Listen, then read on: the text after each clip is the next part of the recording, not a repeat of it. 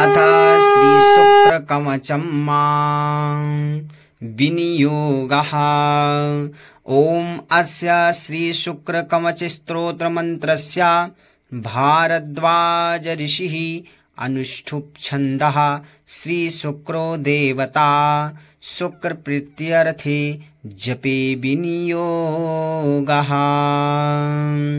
ध्यानं मृणालकुन्देन्दुपयोजिषुप्रभां पीताम्बरं प्राभृतमाच्छमालिनं समास्तशास्त्रार्थनिधिं महन्तं ध्यायेत् कविं वाञ्छितमार्थसिद्धये।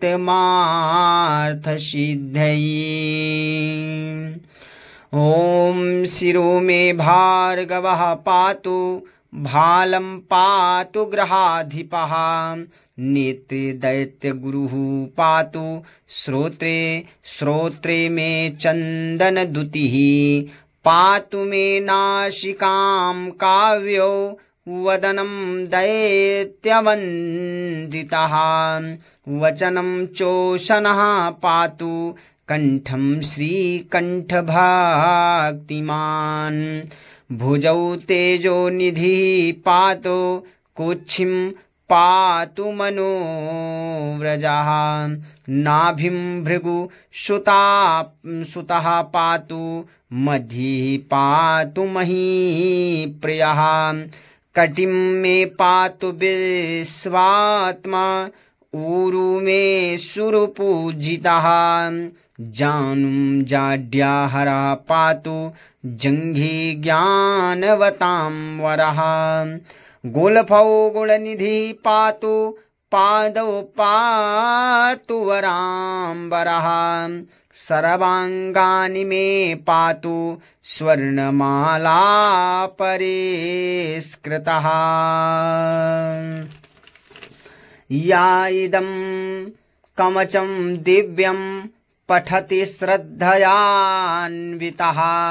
तस्य न जायते पीडा भार्गवस्य प्रसादतः।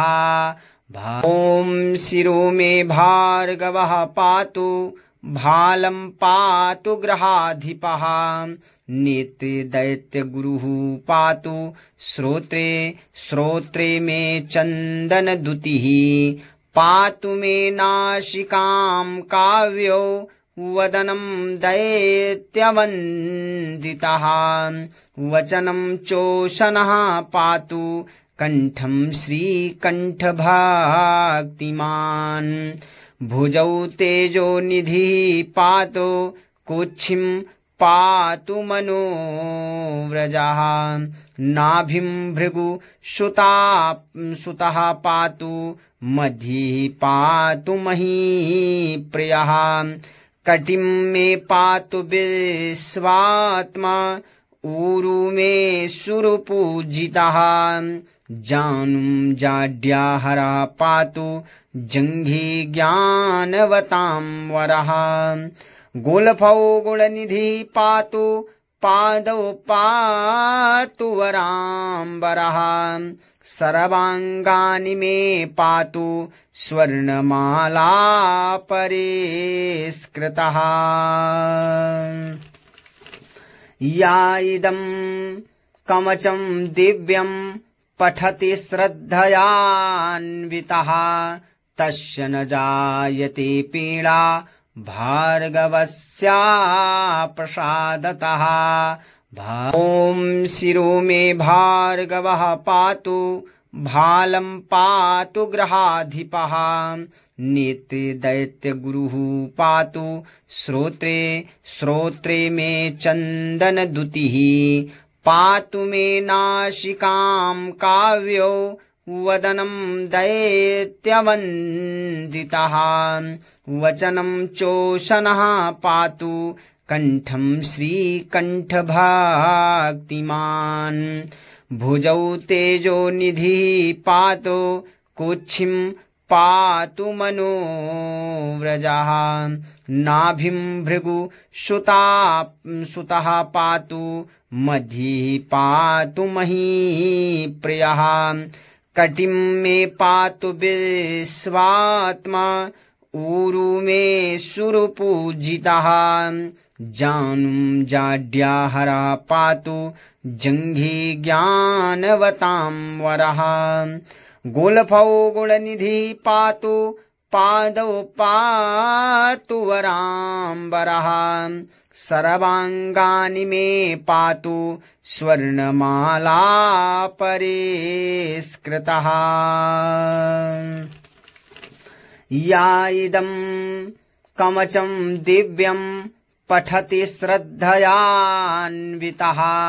तस्य न जायते पीडा भार्गवस्या प्रसादतः ॐ शिरो मे भार्गवः पातु भालं पातु ग्रहाधिपः नेत्रे दैत्यगुरुः पातु श्रोत्रे मे चन्दनद्युतिः पातु मे नासिकां काव्यो वदनं दैत्यवन्दितः वचनं चोषणः पातु कण्ठं श्रीकण्ठभक्तिमान्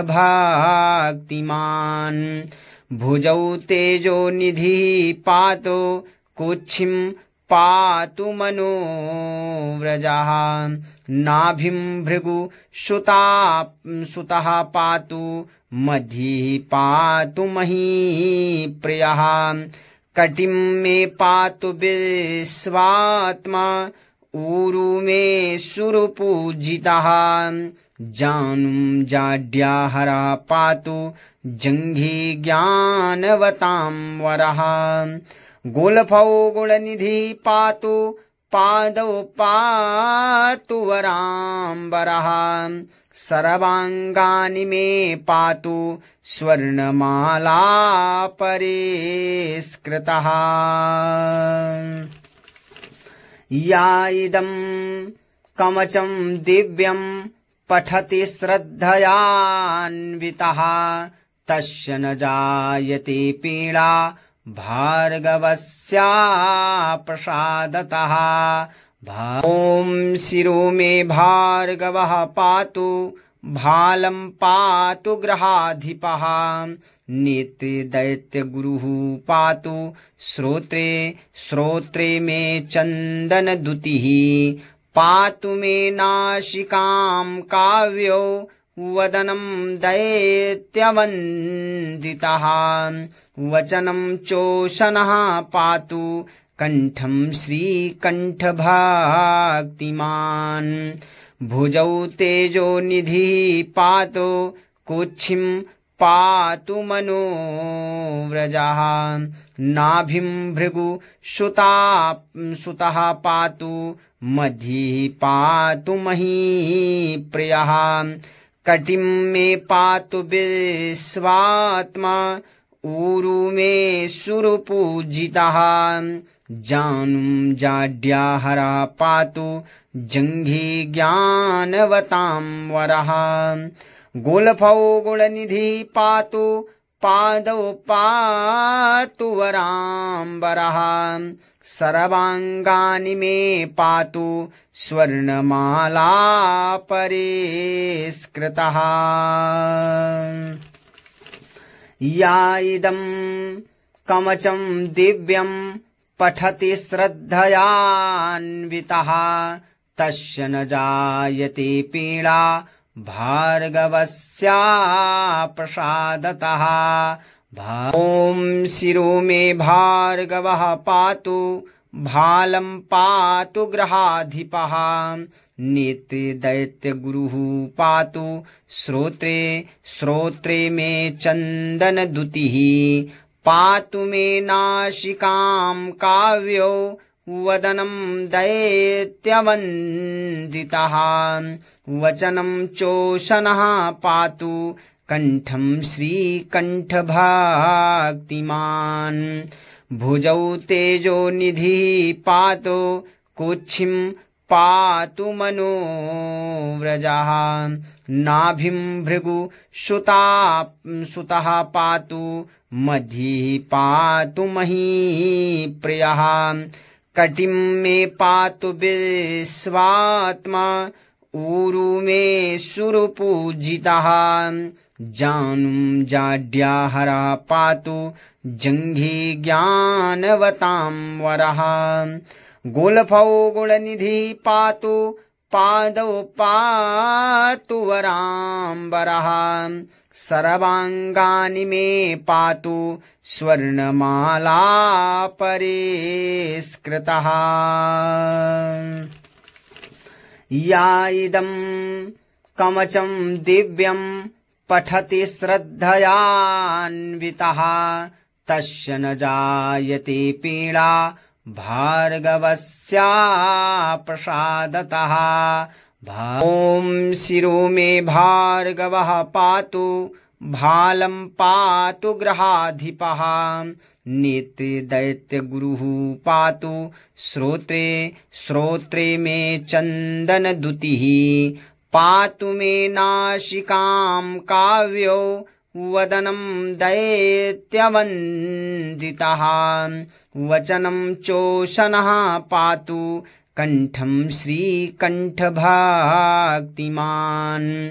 भुजौ तेजो निधिः पातु कुक्षिं पातु मनोव्रजः नाभिं भृगु सुतः पातु मध्ये पातु महीप्रियः कटिं मे पातु विश्वात्मा ऊरु मे सुरपूजितः जानुं जाड्याहरः पातु जङ्घे ज्ञानवतां वरः गोलफौ गुणनिधिः पातु पादौ पातु वराम्बरः सर्वाङ्गानि मे पातु स्वर्णमाला परिष्कृतः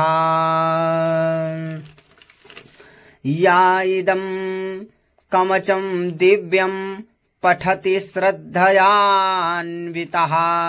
तस्य न जायते पीडा भार्गवस्य